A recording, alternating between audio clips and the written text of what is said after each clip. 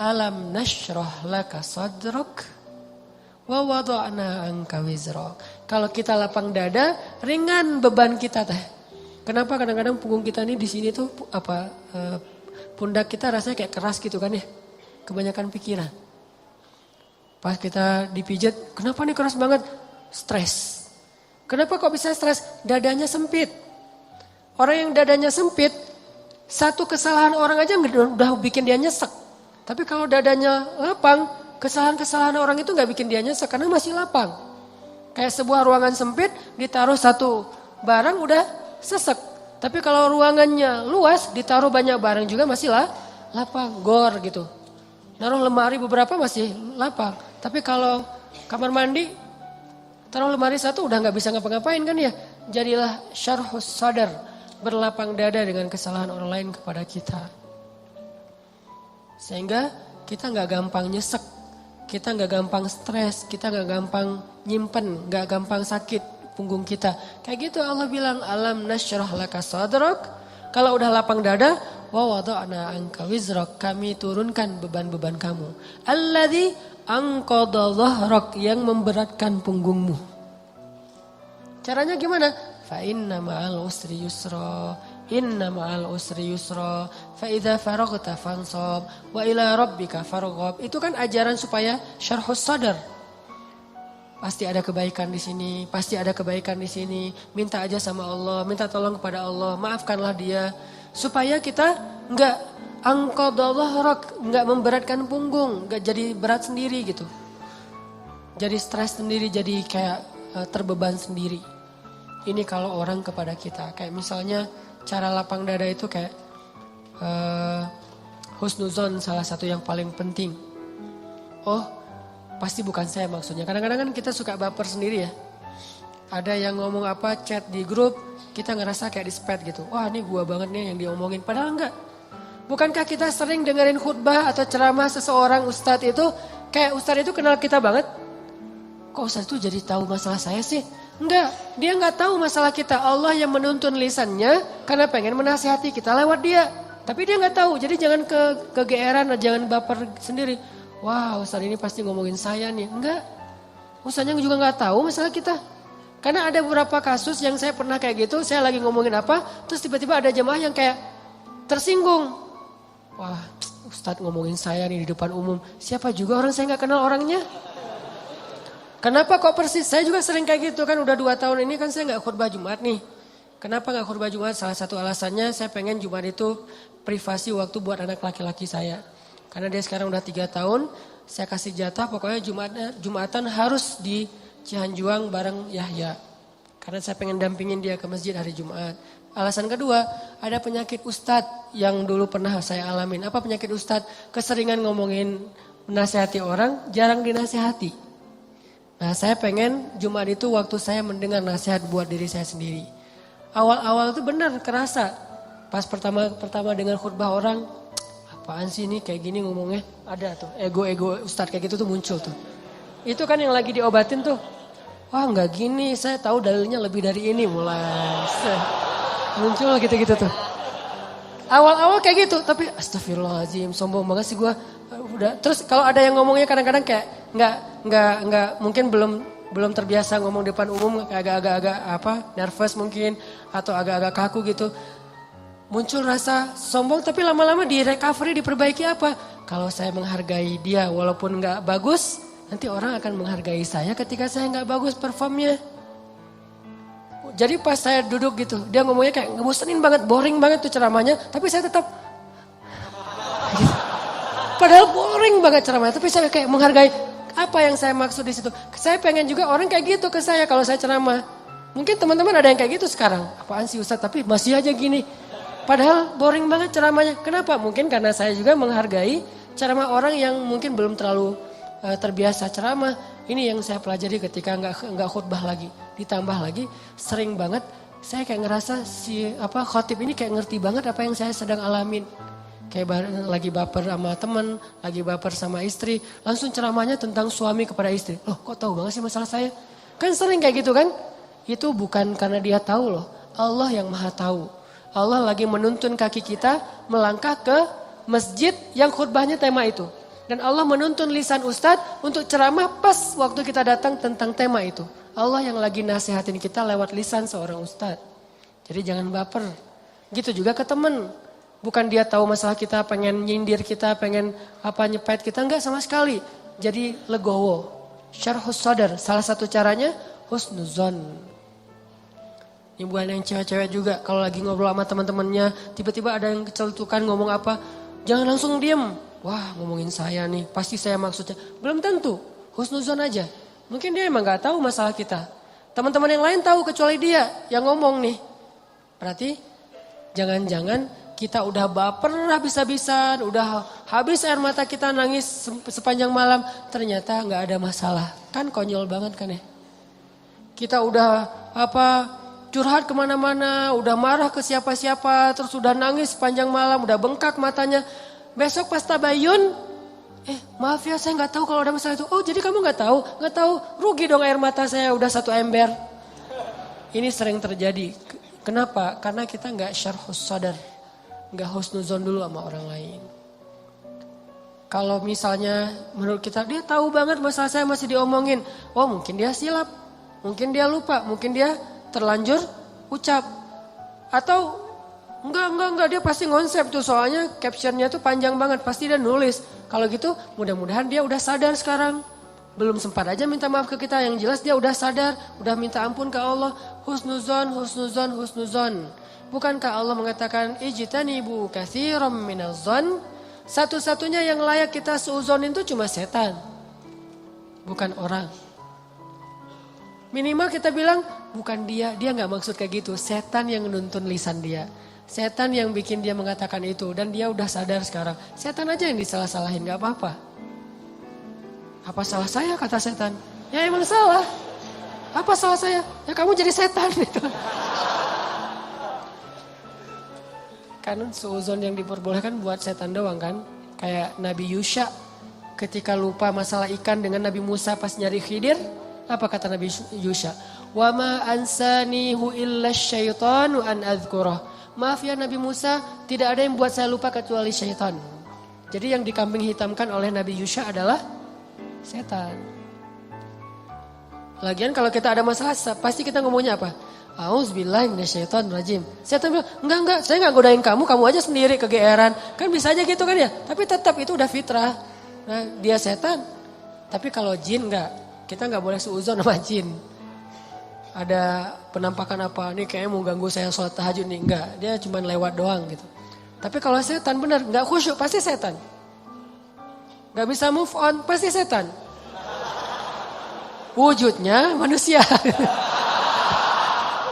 Kan setan itu minal jinnati wan nas ya, dari jin dan manusia tuh. Enggak. Bercanda, astagfirullahaladzim. Nanti saya di-report, di-ban lagi akun saya. Sama mantan-mantan. Banyak gening. Oke. Dari orang ke kita, syarhus sadar. Secara syarhus sadar, lapang dada gimana? Husnuzon. Dan ini gak bisa sekaligus, teman-teman saya juga masih belajar husnuzon. Oh mungkin. Iltamis li akhika alfa uzrin. Cari 1000 alasan buat saudara kamu. Kalau gak bisa gitu minimal cuek. Arti cuek gak usah dipikirin. Gak usah dibahas. Kadang-kadang ngebahas satu masalah sebetulnya cara lain buat setan untuk bikin kita gak pernah bisa selesai dengan masalah itu. Terus aja dibikin berlarut-larut. Kayak ada teman kita habis ada masalah sama temannya yang lain. Gak usah dibahas sama kita. Kemarin gimana masalahnya udah beres? Jangan ditanya, udah aja lupain. Begitu kita tanya dia akan bilang lagi. Ya tuh enggak apa kemarin dia masih ngomongin saya. Oh gitu. Terus kita pancing-pancing lagi tuh. Harapannya apa? Niat kita pengen empati. Padahal itu bukan empati itu. Pengennya kita berpihak sama dia. Itu enggak berpihak. Tahu enggak apa arti namimah atau mengadu domba? Kata Nabi, la yadkhulul jannah an-nammam. Enggak akan masuk surga orang yang suka mengadu domba. Enggak akan masuk surga. Nah, adu domba itu ada 2, teman-teman. Ada adu domba orang yang memang jahat, ada adu dombanya orang soleh. Orang soleh juga bisa mengadu domba. Gimana caranya? Kalau orang yang gak soleh mengadu domba, dia sengaja membuat fitnah di antara dua orang sehingga mereka jadi baperan, jadi putus silaturahim. Ini nggak soleh. Insya Allah kita nggak akan kayak gitu. Saya yakin nggak ada niat kita ngadu domba orang. Tapi kita mungkin banget terjebak di adu domba yang kedua. Adu dombanya orang soleh nih. Gimana ngadu dombanya? Nih saya kasih contoh. Si A ngomongin si B di depan kita. Tapi nggak sampai kan ke si B. Kita yang dengar, si B nggak dengar. Misalnya kayak dia lagi ngejapri kita, yo dia gini. Kita kan yang tahu. Terus kita capture, kita forward ke si B. Ini aku bukan mau manas-manasin ya, tapi ini cara jawabnya gimana nih, dia ngomong kayak gini tentang kamu. Kita capture, sakit hatilah si B. Oh ternyata dia ngomongin saya di belakang. Itu perumpamaannya kata para ulama, si A manah si B, tapi gak kena, anak panahnya jatuh di lantai. Kita ambil, kita tusuk ke dadanya sambil kita katakan ini bukan dari saya, dari dia loh ya. Nih. Kayak gitu analoginya. Itu namimahnya orang soleh. Adu dombanya orang soleh. Jadi kita nggak niat memfitnah. Kita niat pengen menyampaikan kebenaran, kita lagi empati, pengen tabayun. Gak usah tabayun kepada korban, tabayunnya kepada pelaku. Apa bukti kamu ngomong kayak gitu? Gitu, nanya ke pelaku. Jangan, bener nggak yang dia omongin? Jangan, salah nih. Konsep tabayun itu bukan kepada korban yang dibicarain, kepada yang ngebicarain. Jadi kayak ada teman kita yang ngomong hal-hal yang gak benar, tanyanya balik ke dia. Apa bukti kamu ngomong kayak gitu? Kalau benar, gak usah disampaikan. Kita kebalik, dia ngomongin kamu kayak gini, benar gak? Nah, ini konsep tabayun yang akhirnya bukan tabayun jadinya, namimah. Udah jatuh tuh anak panah di lantai, kita ambil, kita tusuk. Ini bukan dari saya ya, dari dia. Dia terus ketusuk, makasih ya kamu udah nyampain anak panah ini ke saya. Dia emang gak bener nih orangnya. Padahal yang nusuk bukan dia loh, orang ini nih. Kan kita kadang-kadang kayak jadi akrab gitu dengan orang yang sering ngebukain sebuah masalah ke kita kan. Walaupun bikin kita bete, kita anggap dia kayak setia banget, berpihak banget sama kita, empati banget. Enggak, ini salah. Enggak kayak gini caranya. Harusnya kita bilang, kalau kamu tahu itu gak nyaman buat saya, jangan disampaikan. Gitu harusnya. Tapi dia ngomongin kamu, biarin aja dia ngomongin. Yang penting kan saya gak dengar, sehingga saya gak sakit hati ke dia. Mudah-mudahan Allah maafin dia, kan selesai. Justru gara-gara kamu sampaikan ke saya jadi sakit hati ke dia. Allah gak maafin dia, Allah gak maafin saya nih. Putus silaturahim kita berdua, kamu nih pelakunya nih. Kok jadi saya sih? Ya kamu, rame perang segitiga. Kan ini yang terjadi kan selama ini. Ini lebih realistis menurut saya daripada namimah yang memang niatnya jelek buat saya sih. Saya husnuzon sama kita semuanya. Gak ada lah niat kita jelek pengen memfitnah orang, gak. Tapi seringnya kita terjebak tanpa kita sadari. Justru karena kejujuran kita, karena keakraban kita dengan teman kita. Jadi kita ngebuka hal-hal yang dia gak perlu dengar. Itu sering banget kayak gitu. Saya juga kadang kayak gitu. Misalnya ada yang bicara apa tentang istri saya nggak suka tuh. Dia bicarain istri saya gini misalnya depan temennya ngasih tahu ke saya. Terus saya kan jadi sakit hati sama orang itu ya. Saya juga ngasih tahu ke istri saya lebih sakit hati lagi sama dia. Ini salah, dia salah, saya salah. Harusnya saya diem aja. Papa udah tahu kan masalah ini, kenapa nggak kasih tahu ke mama? Karena papa berharap mama nggak tahu. Tapi daripada mama tahu dari orang lain, ya berarti orang itu yang salah, bukan papa. Kenapa dia ngasih tahu ke mama? Kan gitu kan? Jangan sampai ya Pak, mama tahu dari orang lain. Jadi kalau ada yang kayak gini-gini harus papa yang ngomong ke mama. Enggak, itu salah konsepnya. Enggak boleh kita menyampaikan sebuah informasi walaupun benar, apalagi belum tentu benar. Walaupun benar kepada orang yang kalau dia dengar dia akan sakit hati atau sedih, enggak boleh. Diamin aja. Kalau ada hal yang enggak benar, kita yang mengklarifikasi. Enggak kayak gitu. Saya kenal dia gitu. Jangan biarkan dia tahu masalah ini. Kalau terlanjur tahu, berarti ada orang yang gak tahu konsep namimah level 2. Namimah level 1, emang gak ada niat baik. Namimah level 2, justru karena niat baik. Kan saya pernah bilang, ternyata banyak hadis palsu itu mulai munculnya lewat siapa? Viralnya itu gara-gara ulama-ulama yang soleh. Jadi banyak riwayat hadis palsu itu diantara para ulama yang soleh loh. Bukan sengaja pengen memalsukan hadis. Kenapa?